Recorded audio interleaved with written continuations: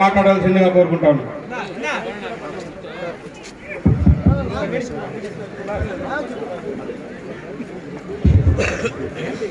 సభకు నమస్కారం. ఈరోజు వైఎస్ఆర్ ఆసరా 4వ విడత కార్యక్రమానికి విచ్చేసిన గౌరవనీయులు పెద్దలు సైన్యం ఎవరైతే ఇచ్చేసారో పేరు పేరున అందరికీ ధన్యవాదాలు తెలియజేసుకుంటూ అక్క చెల్లెమ్మలు అవరందరూ ఇక్కడికి విచ్చేశారు. నేను శిరస్సు వంచి నమస్కరించుకుంటున్నాను. ఈ రోజు ఈ ఆసరా అనే కార్యక్రమం ఎందుకు పుట్టింది, ఎక్కడి నుంచి పుట్టింది అని ఇక్కడికి విచ్చేసినటువంటి అక్క చెల్లెమ్మలు అందరూ కూడా తెలుసుకోవాలక్క. ఎందుకంటే ఈ వైఎస్ఆర్ ఆసరా పేరు ఎందుకు పెట్టారు, ఈ కార్యక్రమం ఎప్పుడు పుట్టింది అంటే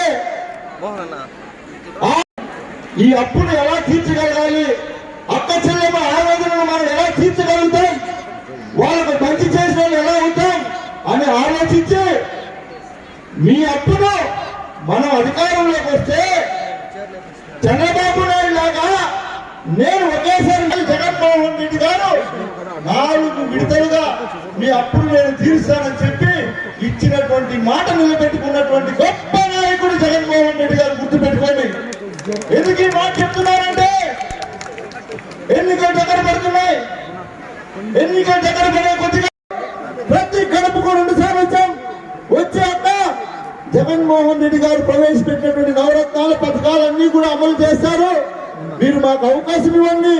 మీరు అవకాశం ఇస్తే మేమంతా మళ్ళీ తిరిగి మీ ఇంటికి వచ్చి మీ సమస్య ఏదున్నా మేము పరిష్కరిస్తాం, మీతో కలిసే ఉంటాం, మీకు కలిసే జీవిస్తామని చెప్పడం జరిగింది.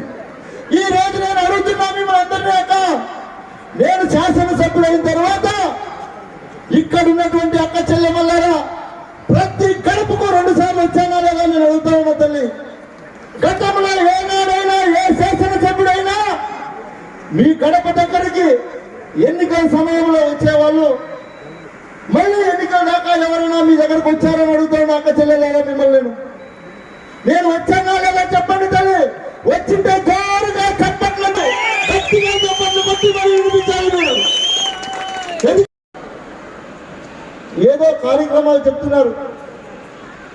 అమ్మఒడి మీ ఇంట్లో 3 పిల్లలుంటే జగన్మోహన్ రెడ్డి గారు ఒక్కరికే ఇస్తున్నారు, మేము గెలిస్తే మీ 3 పిల్లలకి ఇస్తాను అంటున్నాడు. అమ్మా మీరు గుర్తుపెట్టుకోవాల్సింది ఒకటి తల్లి. ఆనాడు చంద్రబాబు నాయుడు 2014 ఎన్నికల్లో టీవీ పెడితే అవ్వా ఏమి నీ మెడలో చైన్ లేదే, పసుపు తాడు వేసుకున్నావే అని అడిగాడు. ఆ అవ్వ చెప్పింది, అయ్యా కష్టం వచ్చింది, నేను బ్యాంకులో కుదువు పెట్టాను అంటే చంద్రబాబు నాయుడు ఏం చెప్పాడు అవ్వ ఆ రోజు,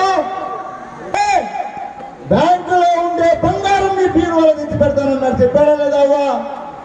ఇక్కడ ఉన్నటువంటి అవ్వ తాతల్ని అక్క చెల్లెలందరినీ అడుగుతున్నా నేను, ఏ ఒక్కరికైనా బ్యాంకు నుంచి మీ బీరువాకి బంగారం వచ్చినటువంటి వాళ్ళు ఉంటే చేతులు పైకెత్తాడు తల్లి. ఇవ్వలేదు.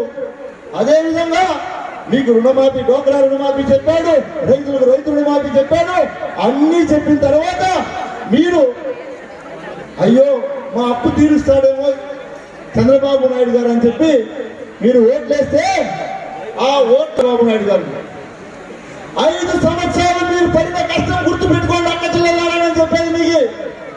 ఆ తర్వాత జరిగిన పరిణామాలు 2019లో మీరు ఓట్లేసి మమ్మల్ని గెలిపిస్తే ఆనాటి నుండి ఈనాటి వరకు మన ముఖ్యమంత్రి గారు మాకు ఒక్కటే చెప్పారు, ప్రజలతోనే ఉండండి, ప్రజలతోనే మమేకమవ్వండి, ఎల్లప్పుడూ ప్రజల సమస్యలు పరిష్కరించుకుంటూ వాళ్ళతోనే మీ జీవితాన్ని నడపండి అంటే మేము శిరస్సు వహించి మీతో కలిసి నడుస్తున్నామా లేదా అడుగుతా ఉన్నాం. ఇంకా మరి కార్యకర్త నాయకులు అందరినీ కూడా నేను అడుగుతా ఉన్నా, ఇక్కడికి వచ్చినటువంటి అక్క చెల్లెమ్మలారా ఈ రోజు ఈ వేదిక ద్వారా మీకు ఒక్కటే తెలియజేస్తున్నా, ఇక్కడ ఉన్నటువంటి వారందరూ కూడా ప్రతి ఒక్కరికి బ్యాంక్ అకౌంట్ ఉంటుంది తల్లి. మీరు గుర్తుపెట్టుకోండి. మంచి చేశాం, మాకు ఓటేయండి, మమ్మల్ని ఆశీర్వదించండి తెలియజేస్తా ఉన్నాం. మేము ఎన్నికల కోసం వచ్చిన వాళ్ళు కాదు, శాసనసభ్యుడు అయినప్పటి నుంచి ఇప్పటి వరకు మీతోనే ఉన్నాం, మీతోనే కలిసి ప్రయాణం చేశాం. కాబట్టి మీరు ఒక్కటే గుర్తుపెట్టుకోవాలి, మీ ఊర్లలో స్కూళ్ళు, ఈ రోజు మీ పరిసర ప్రాంతాలు అభివృద్ధి, చాను గుర్తు మీద ఓటేసి ఇక్కడ నన్ను గెలిపిస్తే జగనన్న అక్కడ ముఖ్యమంత్రి అయితే మీ మొఖాల్లో ఈ చిరునవ్వు ఇలాగే ఉంటుంది తల్లి, గుర్తుపెట్టుకోండి.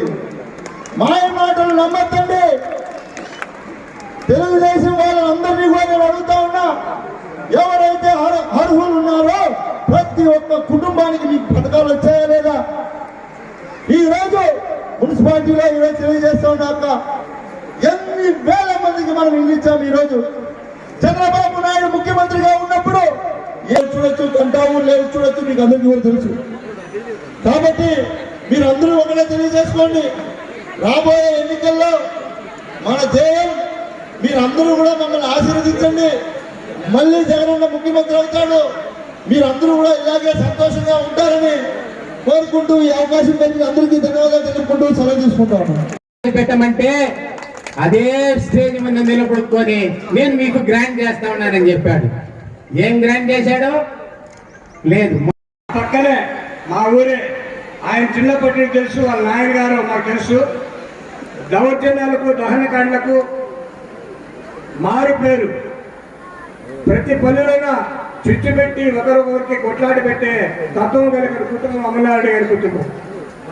ఇప్పుడే మన కోచ్ గారు చెప్పారు, గెలిచిన తర్వాత ఆయన ఎప్పుడు సైకిల్ గుర్తు పైన గెలిచి మంత్రి ఎప్పుడు కాదా.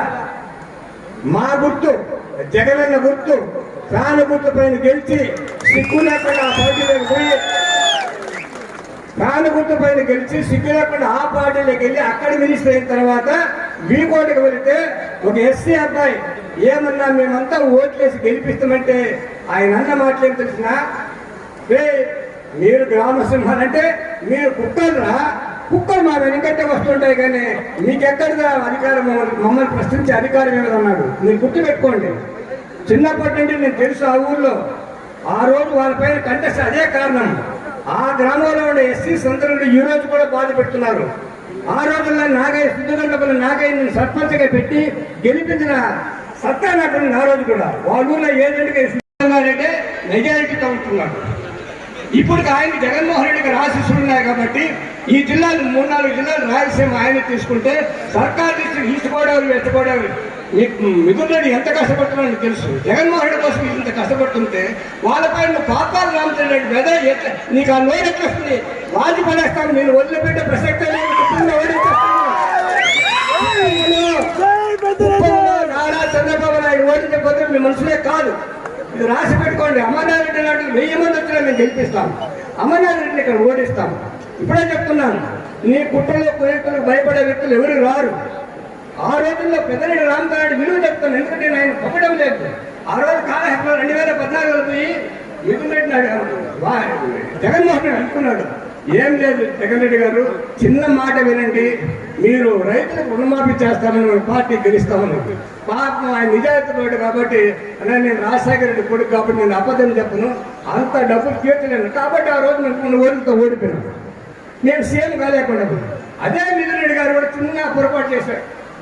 రామచంద్ర అడుగుతున్నాడు, అమర్నాథ్ రెడ్డి కావద్దురా, వాళ్ళకు మనకు సంబంధించినది కాదు, పుట్టలో కుయుక్తులు, వాళ్ళు తీసుకొస్తే మనకే అన్యాయం చేస్తారా, ప్రజల దగ్గర మనకి చెడ్డ పేరు వస్తుంది అడుగుతున్నాడు రామచంద్ర. నాకు తెలుసు.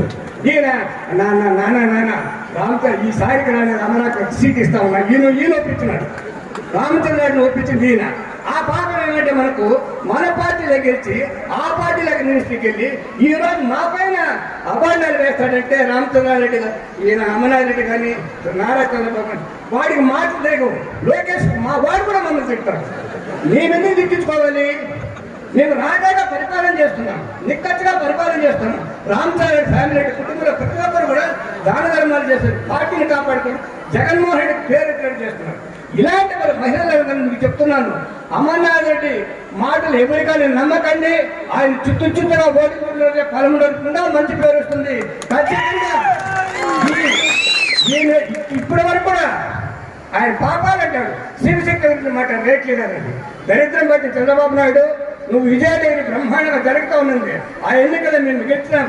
మేము వల్లివాడి రాజు కృష్ణారెడ్డి కూడా మీ ప్రయత్నంలో ప్రతి ఇంటికి బీద వాళ్ళకు ఆవులకు లోన్లు ఇచ్చి ఈయన మిథునరెడ్డి గారు గవర్నమెంట్ కన్నా మన రేట్ ఎక్కువ చేసి మా ప్రాంతంలో ఇస్తుంటే ఆ శివశక్తి డైరీ నుంచి కామెంట్ చేస్తారు.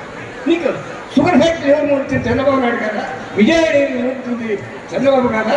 కానీ ఈ ప్రాంతంలో కుటుంబంలో కూడా ఒక ఫ్యాక్టరీ పెట్టాడు. ఇప్పటికి బాబు వస్తుంది జాబు ఒక్క ఇప్పటి వరకు ఒక ఉద్యోగం మీద. అదే జగన్మోహన్ రెడ్డి 4 లక్షల రూపాయలు ఉద్యోగాలు ఇచ్చారు, 2,50,000 పర్మనెంట్ ఉద్యోగాలు ఇచ్చారు, సుమారు 6 లక్షల ఉద్యోగాలు అన్ని డిపార్ట్మెంట్లో ఇచ్చారు. జగన్మోహన్ రెడ్డి తప్ప పెట్టే కెపాసిటీ ఎక్కడుండదు. నువ్వు అందరి పంచులు తిరుక్కుంటున్నావు. ఏ పంచకపోతే ఏ పార్టీ నన్ను కొత్తగా పెట్టుకుంటారో వాళ్ళు ఊరిగా చెప్తున్నారంటే ప్రెస్ను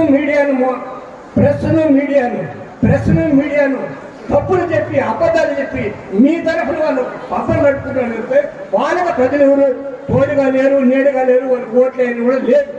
కాబట్టి మీడియా మిత్రులకు పత్రిక వాళ్ళకు మీరు ఆ 2 పత్రికలు 3 పత్రికలు మాకు అగైనిస్ట్గా రాస్తూనే ఉన్నాయి.